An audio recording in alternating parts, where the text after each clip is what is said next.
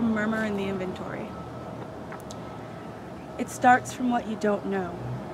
You love the white too just because it's white, a thing to stand in front of fear. But what I sent doesn't talk about the call. We can't help exclaiming at the thinness of our skin. I beat myself up. I fly around in circles. You're just fucking up the situations. Nothing so sad as someone else's shoes. But we still had miles to go before we slept. Miles to go. See, cracking bones make noise. See, you're doing it without me. What was it, that burning, that endless insufficiency? I remember seeing horses. As a person you can feel, and there is a certain humiliation attached to this. Call it what you will. Taking all that's left and making a parachute strapped to my chest.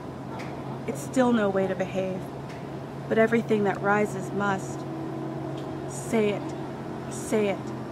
ballast, so I will hold my own hand. Look at your hands in the shape of a tree branch, body steering the mind out of the way. The force compels the character, makes a zero of things, leaves behind fragments trumpeting into an empty drain. You see that split between atoms, say I'm bleeding on my own body, but I can't speak outside the things I mean. I mean, this place has failed us. States have a history. You gather something, you leave something you've been hauling with you behind. It is hard to stumble across a fictitious version of yourself, confusing the movement with the dancing. Of course you love the monsters. How the sky turned white, how everybody froze. I suffer mornings most of all, relying on signals for comfort. You would feel negative towards a square of paper, but I like the sound of that word kite. We look up to discard the weight. Bodies dream of themselves. The accumulation is undeniable. Disorder, the mess, the non-resolutions, those remains in place of my image. You might start with meaning and end up with frequencies. The little piece that came out but not so little. Maybe only because the dissonance feels more accurate, the shape we desire changes, along with the need to bury things alive. The past seeping in and seeping in, forms as silent observers. That dirty, fallow feeling, it draws you in hopefully, it stays with you. Everything very, very angular and small.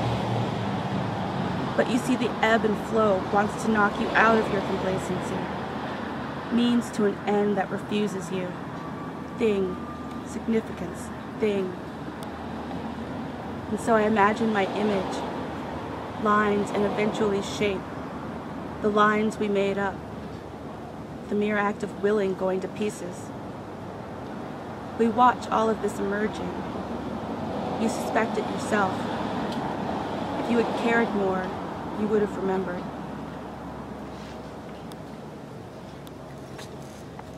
If you repeat the names, they disappear.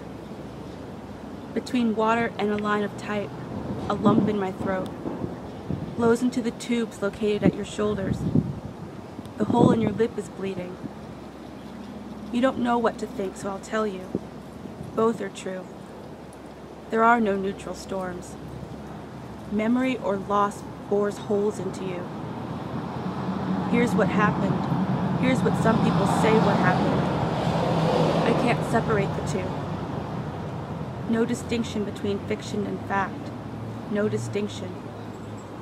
It's not your fault. You can't see the sutures. So I cross-reference the living with someone else's skin.